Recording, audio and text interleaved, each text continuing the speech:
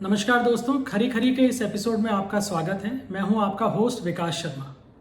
दोस्तों, आज हम बात करेंगे राजस्थान में कांग्रेस और उसके संभावित गठबंधन के बारे में। 2018 के विधानसभा चुनाव में कांग्रेस ने कुछ छोटे दलों से गठबंधन किया था। हालांकि इसका फायदा कांग्रेस को बहुत ज्यादा नहीं मिला। इन गठबंधन करने वाले दलों में से एक दल था आरएलडी, राष्ट्रीय लोकदल, जिससे गठबंधन के तहत कांग्रेस ने भरतपुर सीट आरएलडी के कोटे में छोड़ दी थी, जहां से सुभाष गर्ग चुनाव जीते और बाद में कांग्रेस सरकार के अंदर राज्य मंत्री बने। अब एक बार फिर विधानसभा चुनाव के टिकट वितरण का काम शुरू है और यह चर्चा जोरों पर है कि क्या आरएलडी से कांग्रेस का गठबंधन इस बार होगा या नहीं होगा।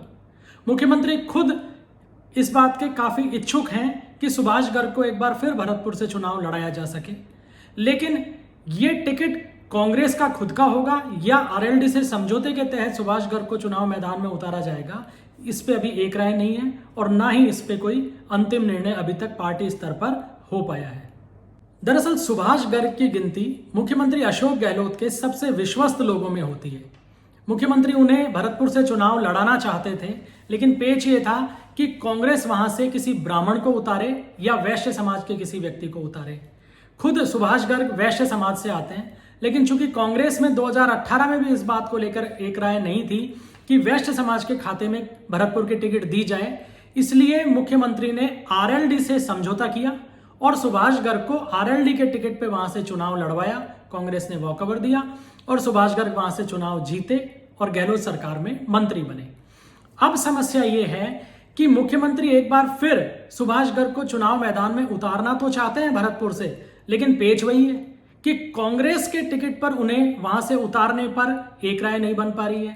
पार्टी स्तर पर विरोध इस बात को लेकर है कि ये ब्राह्मणों की सीट है और यहां से अगर कांग्रेस अपने टिकट पे किसी को उतारती है तो वो ब्राह्मण समाज का व्यक्ति होना चाहिए, जबकि सुभाष गर्ग को चुनाव भी लड़ाना है।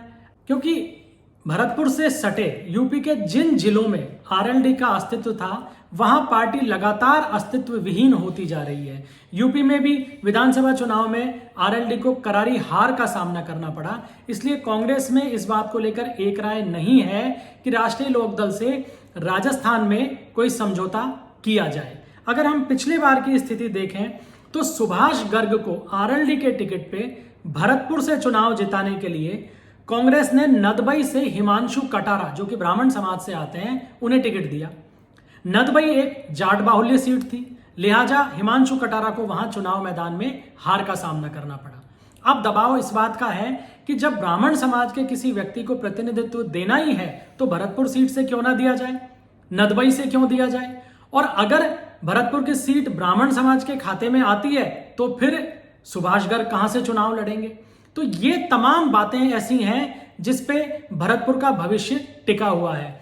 ना तो मुख्यमंत्री के स्तर पे इस बात का निर्णय अभी तक हो पाया है और ना ही पार्टी स्तर पर। पार्टी तो अभी तक अपनी पहली सूची ही जारी नहीं कर पाई है, क्योंकि अंदर खाने इतना अधिक विरोधाभास कांग्रेस टिकटों को लेकर चल रहा है कि अभी तक पहली सूची की सीटों पर भी एक राय नहीं बन पा रही है। ऐसे में अब देखना रोचक होगा कि पहली सूची कब आएगी और क्या उसमें भरतपुर की सीट शामिल होगी।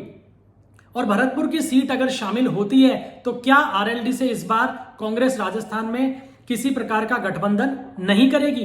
अभी ये भविष्य के गर्भ में है, लेकिन ये विषय भरतपुर जिले में कांग्रेस की संभावनाओं को बहुत जबरदस्त तरीके से प्रभावित करने जा रहा है।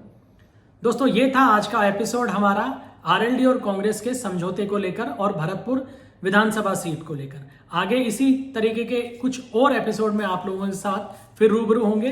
तब तक के लिए हमें इजाजत दीजिए। धन्यवाद। जय हिंद, जय भारत।